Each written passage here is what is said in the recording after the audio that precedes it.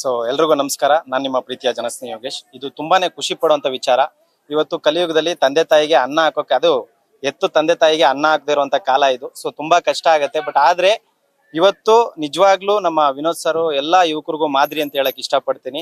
ಯಾಕೆ ಅಂತ ಹೇಳಿದ್ರೆ ಇವತ್ತು ಎತ್ತು ತಂದೆ ತಾಯಿನ ಬೀದಿ ಬಿಡುವಂತ ಕಾಲದಲ್ಲಿ ಅವರು ಇವತ್ತು ತನ್ನ ತಾಯಿ ತೀರೋದ್ ನಂತರನೂ ಕೂಡ ಅವ್ರಿಗೊಂದು ದೇವಸ್ಥಾನ ನಿರ್ಮಾಣ ಮಾಡಿದ್ದಾರೆ. ಅಂದ್ರೆ ನಾನು ಒಂದೇ ಮಾತಲ್ಲಿ ಹೇಳ್ಬೇಕು ಅಂದ್ರೆ ಅವ್ರಿಗೆ ಕಲಿಯುಗದ ಶ್ರವಣ ಕುಮಾರ್ ಅಂತ ಹೇಳಕ್ ಇಷ್ಟಪಡ್ತೀನಿ. ಈ ಸರ್ಕಾರದಲ್ಲಿ ಇವಾಗ ನಾವು ಆಲ್ರೆಡಿ ಸಿನಿಮಾಗಳೆಲ್ಲ ನೋಡಿರ್ತೀವಿ.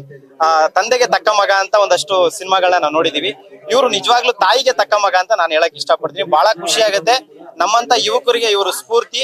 ಈ ರೀತಿ ಎಲ್ಲರೂ ತಂದೆ ತಾಯಿನ ಪ್ರೀತಿಯಿಂದ ಗೌರವಿಸಿದ್ರೆ ಇವತ್ತು ಕರ್ನಾಟಕದಲ್ಲಿ ಎಷ್ಟು ಅನಾಥಾಶ್ರಮಗಳು ತಲೆ ಎತ್ತಿದಾವೆ, ಅದ್ರಲ್ಲಿ ನಂದು ಒಂದು.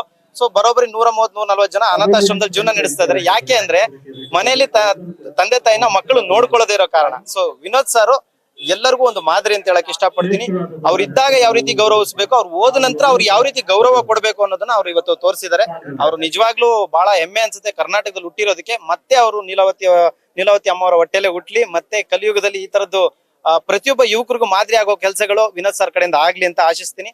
ತುಂಬಾ ಖುಷಿ ಆಯ್ತು ಈ ಒಂದು ಜಾಗಕ್ಕೆ ಬಂದಿದ್ದು. ಇವತ್ತು ನಾನು ಒಂದು ಪುಣ್ಯಕ್ಷೇತ್ರಕ್ಕೆ ಬಂದಂಗ ಅನಿಸ್ತು. ಯಾಕಂದ್ರೆ ತಾಯಿಯೇ ಮೊದಲ ದೇವರು, ಬೇರೆ ಯಾರಿಲ್ಲ. ಎಲ್ಲಾ ಮುಕ್ಕೋಟಿ ದೇವರುಗಳು ತಂದೆ ತಾಯಿ ಪಾದದಲ್ಲೇ ಇದಾರೆ. ಯಾವ್ದಾವ್ದೋ ಕ್ಷೇತ್ರಗಳಿಗೆ ಹೋಗಿ ಆ ದೇವ್ರು ಎಲ್ಲಿದ್ದಾನೆ, ಈ ದೇವ್ರು ಎಲ್ಲಿದ್ದಾನೆ ಅಂತ ಹುಡ್ಕೋದ್ರ ಬದಲು ತಂದೆ ತಾಯಿಯಲ್ಲೇ ಎಲ್ಲಾ ದೇವರು ಇದಾರೆ. ಸೊ ಹಾಗಾಗಿ ಇವತ್ತು ನಾನು ಈ ಕ್ಷೇತ್ರ ಅಂತಾನೆ ಕರಿಬೇಕು, ಅಲ್ಲಿ ಭೇಟಿ ಕೊಟ್ಟಿದ್ದು ಬಹಳ ಪುಣ್ಯ ಅಂತ ಭಾವಿಸ್ತೀನಿ.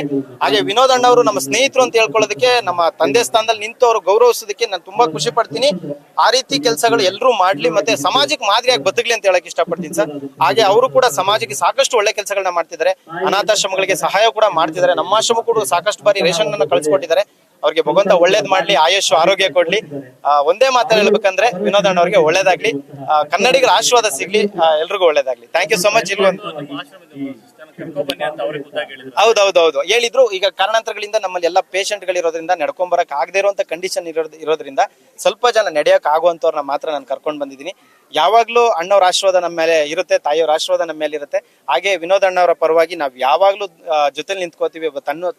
ತಮ್ಮನ ಸ್ಥಾನದಲ್ಲಿ ಯಾವಾಗ್ಲೂ ಜೊತೆಲಿ ಇರ್ತೀನಿ ಅಂತ ಹೇಳಕ್ ಇಷ್ಟಪಡ್ತೀನಿ. ಕನ್ನಡಿಗರಿಗೆ, ಕರ್ನಾಟಕದಲ್ಲಿ ಇರ್ತಕ್ಕಂಥ ಯುವಕರಿಗೆ ಒಂದೇ ಮಾತು ನಾನು ಹೇಳಕ್ ಇಷ್ಟಪಡೋದು, 1000 ಉದಾಹರಣೆಗಳನ್ನ ಹೇಳೋ ಅವಶ್ಯಕತೆ ಇಲ್ಲ. ಸೊ ಒಂದೇ ಉದಾಹರಣೆ ವಿನೋದ್ ಸರ್ ಅಂತವ್ರನ್ನ ನೋಡಿ ಕಲಿಬೇಕಾಗತ್ತೆ ನಾವು.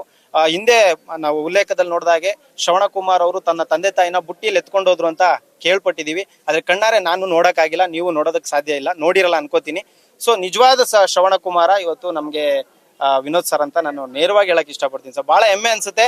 ಇದು ಎಷ್ಟು ಜನ ಖುಷಿ ಕೊಡುತ್ತೋ ಬಿಡುತ್ತೋ ಅದು ನನಗೆ ಗೊತ್ತಿಲ್ಲ. ನನಗಂತೂ ಮನಸ್ಫೂರ್ತಿಯಾಗಿ ಹೇಳ್ತಾ ಇದೀನಿ, ನನ್ನ ಹೃದಯಕ್ಕೆ ತುಂಬಾನೇ ಖುಷಿ ಕೊಟ್ಟಿದೆ.